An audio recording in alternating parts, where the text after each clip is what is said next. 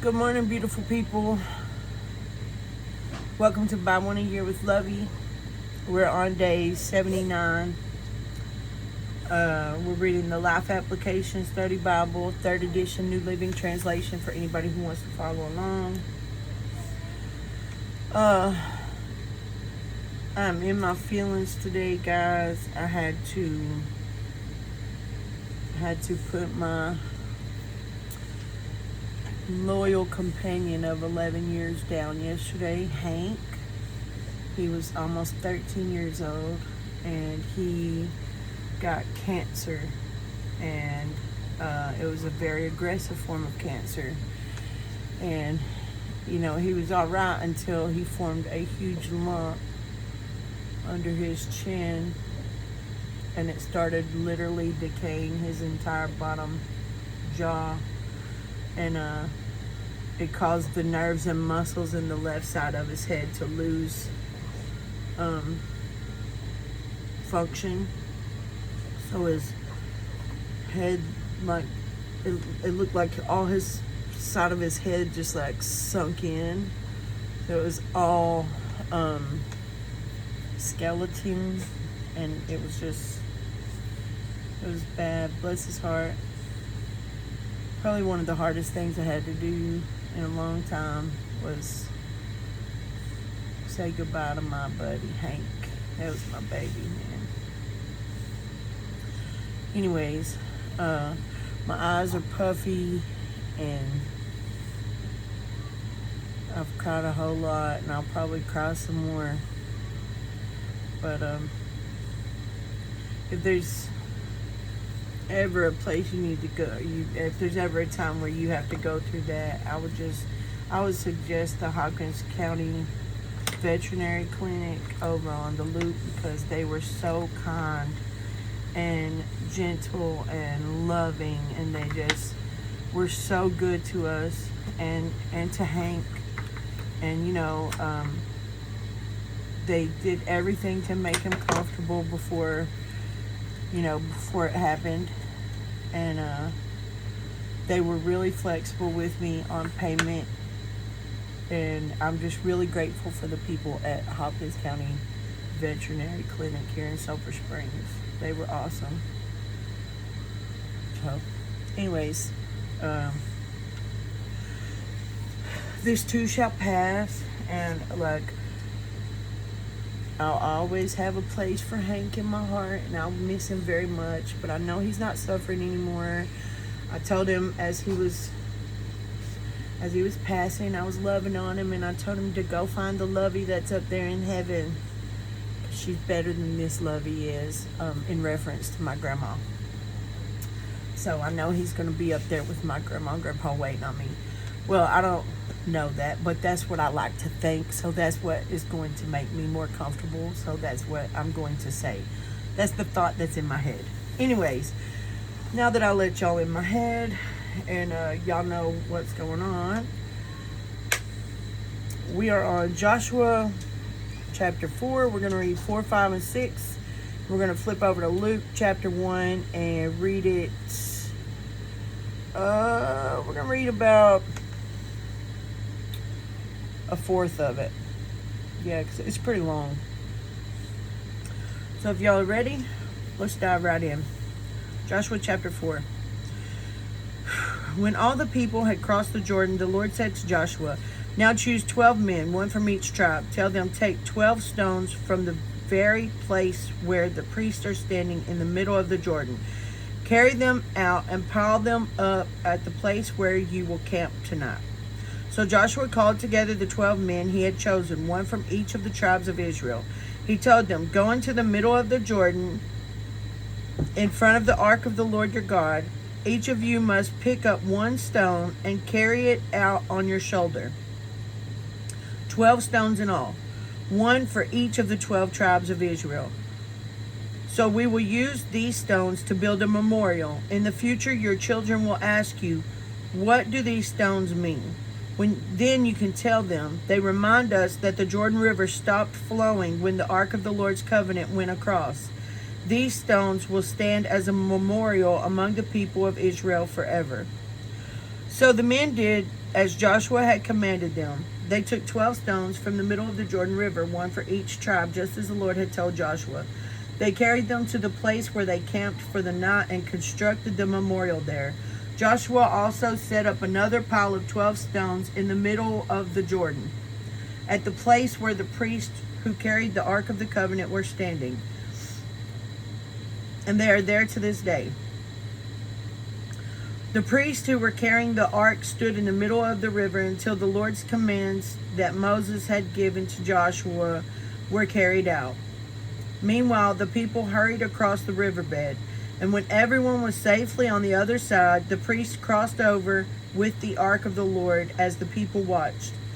The armed warriors from the tribes of Reuben, Gad, and the half-tribe of Manasseh led the Israelites across the Jordan, just as Moses had directed. These armed men, about 40,000 strong, were ready for battle, and the Lord was with them as they crossed over to the plains of Jericho. That day the Lord made Joshua a great leader in the eyes of all the Israelites, and for the rest of his life they revered to him as much as they had revered to Moses. The Lord had said to Joshua, "Command the priests carrying the Ark of the Covenant to come up out of the riverbed." So Joshua gave the command. As soon as the priests carrying the Ark of the Lord's Covenant came up out of the riverbed and their feet were on high ground, the water of the Jordan returned and overflowed its banks as before. The people crossed the Jordan on the 10th day of the first month. Then they camped at Gilgal, just east of Jericho.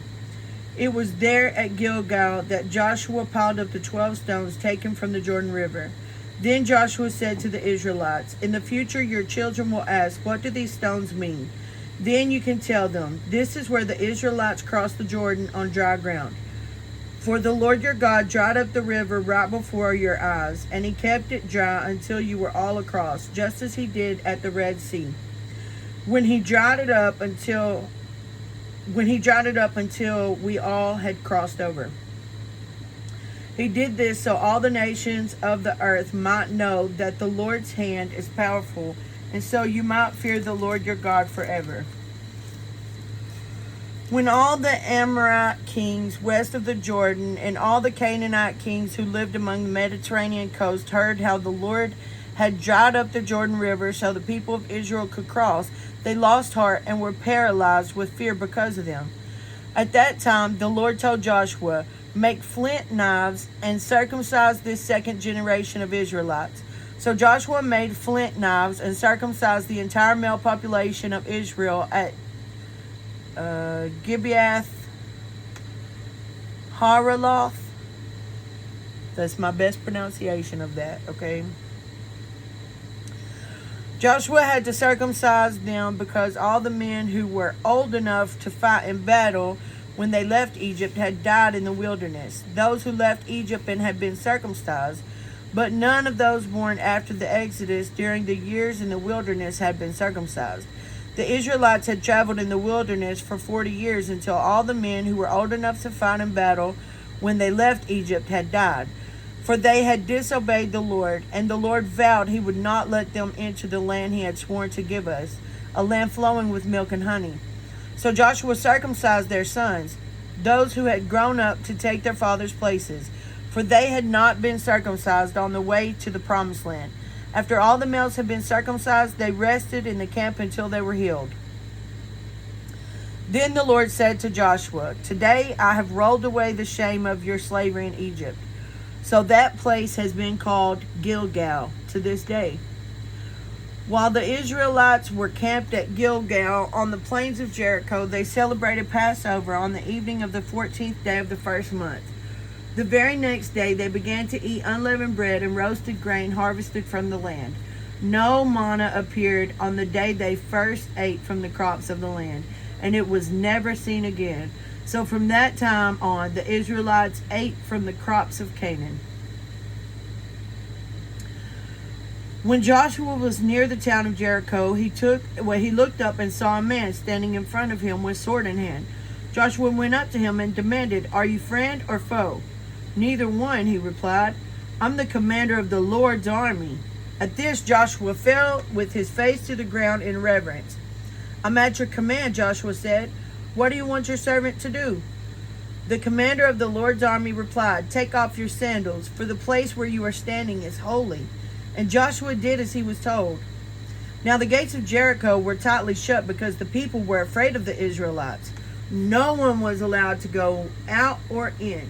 But the Lord said to Joshua, "I have given you Jericho, its king, and all its strong warriors. You and your fighting men should march around the town once a day for 6 days. 7 priests will walk ahead of the ark, each carrying a ram's horn. On the 7th day, you are to march around the town 7 times, with the priest blowing the horns. When you hear the priests give one long blast on the ram's horn, have all the people shout as loud as they can. Then the walls of the town will collapse, and the people can charge straight into the town." So Joshua called together the priests and said, "Take up the ark of the Lord's covenant and assign 7 priests to walk in front of it, each carrying a ram's horn." Then he gave orders to the people, "March around the town, and the armed men will lead the way in front of the ark of the Lord." After Joshua spoke to the people, the 7 priests with the ram's horns started marching in the presence of the Lord, blowing the horns as they marched, and the ark of the Lord's covenant followed behind them. Some of the armed men marched in front of the priests with the horns, and some behind the ark, with the priests continually blowing the horns. "Do not shout, do not even talk," Joshua commanded.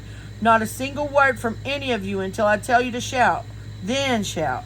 So the ark of the Lord was carried around the town once a day, and then everyone returned to spend the night in the camp. Joshua got up early the next morning, and the priest again carried the ark of the Lord. The 7 priests with the ram's horns marched in front of the ark of the Lord, blowing their horns. Again, the armed men marched both in front of the priests with the horns and behind the ark of the Lord. All this time, the priests were blowing their horns. On the 2nd day, they marched around the town once and returned to camp. They followed this pattern for 6 days. On the 7th day, the Israelites got up at dawn and marched around the town as they had done before. But this time, they went around the town 7 times. The 7th time around, as the priests sounded the long blast on their horns, Joshua commanded the people, "Shout, for the Lord has given you the town. Jericho and everything in it must be completely destroyed as an offering to the Lord. Only Rahab the prostitute and the others in her house will be spared, for she protected our spies. Do not take any of the things set apart for destruction, or you yourselves will be completely destroyed, and you will bring trouble on the camp of Israel. Everything made from silver, gold, bronze, and iron is sacred to the Lord and must be brought into his treasury." When the people heard the sound of the ram's horns, they shouted as loud as they could. Suddenly, the walls of Jericho collapsed, and the Israelites charged straight into the town and captured it. They completely destroyed everything in it with their swords: men, women, young and old, cattle, sheep, goats, and donkeys. Meanwhile, Joshua said to the 2 spies, "Keep your promise. Go to the prostitute's house and bring her out along with all her family." The men who had been spies went in and brought out Rahab, her father, mother, brothers, and all the other relatives who were with her. They moved her whole family to a safe place near the camp of Israel. Then the Israelites burned down everything in it. Only the things made from silver, gold, bronze, and iron were kept for the treasury of the Lord's house. So Joshua spared Rahab the prostitute and her relatives who were with her in the house, because she had hidden the spies Joshua had sent to Jericho, and she lives among the Israelites to this day. Well, I'm quite sure she's still not alive. But back when this was written. At that time, Joshua invoked this curse: "May the curse of the Lord fall on anyone who tries to rebuild the town of Jericho. At the cost of his firstborn son, he will lay its foundation. At the cost of his youngest son, he will set up its gates." So the Lord was with Joshua, and his reputation spread throughout the land. And that's all we're going to read of Joshua today. I love that story so much. It's one of my favorites. Rahab goes on to be in the lineage of Jesus, which I think is awesome because God uses everybody. Like we all can be used. It doesn't matter your background. Like, God doesn't want you to clean yourself up before you come to Him. He'll take you as you are, and He'll use you right where you're at. Like, don't think you can't be used by God. He can qualify you. When God qualifies you, nobody can stand against that. So, all right, now we're going to flip over to Luke. We're going to read probably to like, let's see, we'll read probably to 20, yeah. So if y'all are ready, Luke chapter 1, verse 1. Let's get in there. Let me get a drink.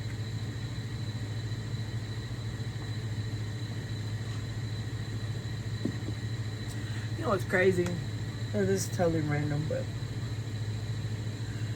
I think we underestimate our connection to our pets. Like, I knew I loved Hank, but I don't think I really understood how much I loved him until I had to say goodbye to him. It was like heartbreaking. I know this is totally off subject. I'm sorry. I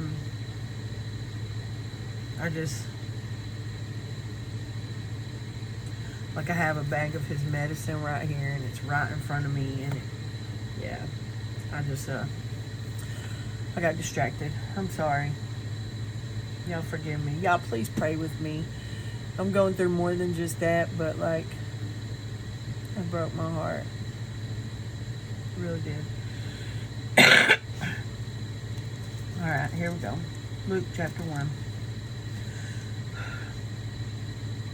Many people have set out to write accounts about the events that have been fulfilled among us.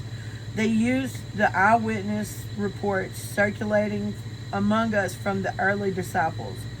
Having carefully investigated everything from the beginning, I also have decided to write an accurate account for you, most honorable Theophilus,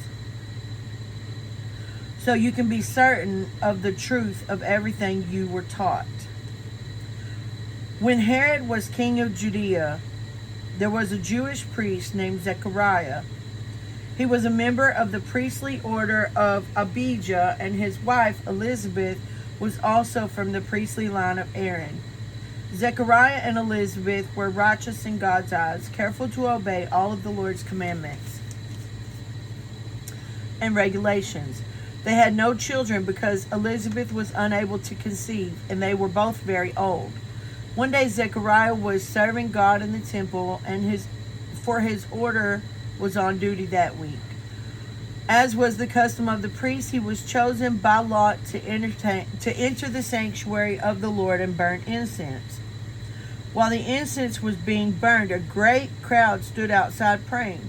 While Zechariah was in the sanctuary, an angel of the Lord appeared to him, standing to the right of the incense altar. Zechariah was shaken and overwhelmed with fear when he saw him, but the angel said, "Don't be afraid, Zechariah. God has heard your prayer. Your wife Elizabeth will give you a son, and you are to name him John. You will have great joy and gladness, and many will rejoice at his birth, for he will be great in the eyes of the Lord. He must never touch wine or other alcoholic drinks. He will be filled with the Holy Spirit even before his birth, and he will turn many Israelites to the Lord their God. He will be a man with the spirit and power of Elijah.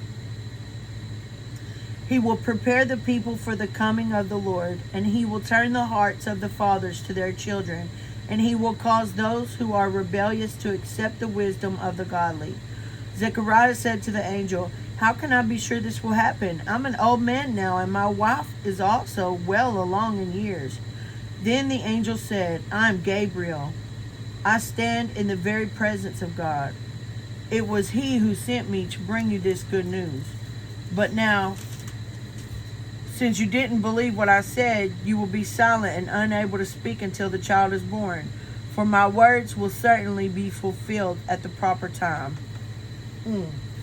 I wish we could keep reading right now. But, you know, whatever. We gone. We'll stop right there. We'll pick back up in 21 tomorrow. I really love you guys, man. If you want to see a change, you gotta be changed. Lead by example, follow by design. Look, I'm going through a storm right now, but I'm still gonna praise God through the storm. And maybe that's my, you know, leading by example. Like, my feelings are hurt, but and yes, things are like, there's a lot going on, but you know, all praise and honor to glory to God. He woke me up this morning. He woke my children up this morning. You know, I got to record this video this morning. Like, got a good cup of coffee this morning. There's so many things to be grateful for, and yes, big stuff happens, life happens, you know, but